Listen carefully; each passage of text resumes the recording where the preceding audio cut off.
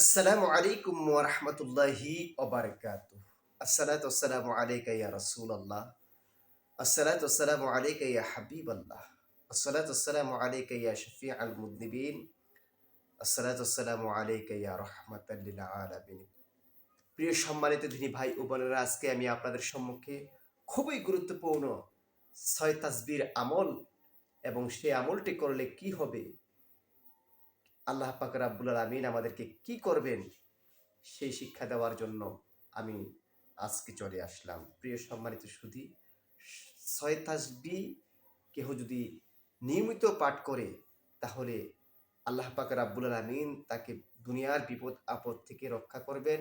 পক্ষান্তরে তাকে জাহান্নামের আগুন থেকে বাঁচিয়ে দিবেন। সুবহানাল্লাহি বিহামদিহি, সুবহানাল্লাহিল আযীম। এই ৬টি তাসবিহ কি?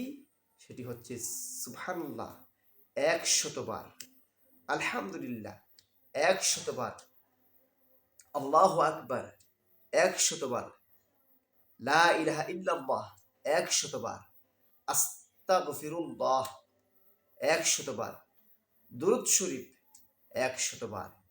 এই ৬ তাসবিহ যদি আপনি নিয়মিত আদায় করতে পারেন, তাহলে আল্লাহ পাক রাব্বুল আলামিন আপনাকে জাহান্নামের আগুন থেকে মুক্তি দিয়ে দিবেন। জাহান্নামের আগুন ৬ তাসবির ফজিলতের বিনিময়ে জাহান্নামের আগুন আপনাকে স্পর্শ করতে পারবে না। জাহান্নামের আগুন আপনাকে ছুঁইতে পারবে না। সুবহানাল্লাহ। আল্লাহ পাক যেন আমাদেরকে এই ৬ তাসবির আমল করার তৌফিক দান করে।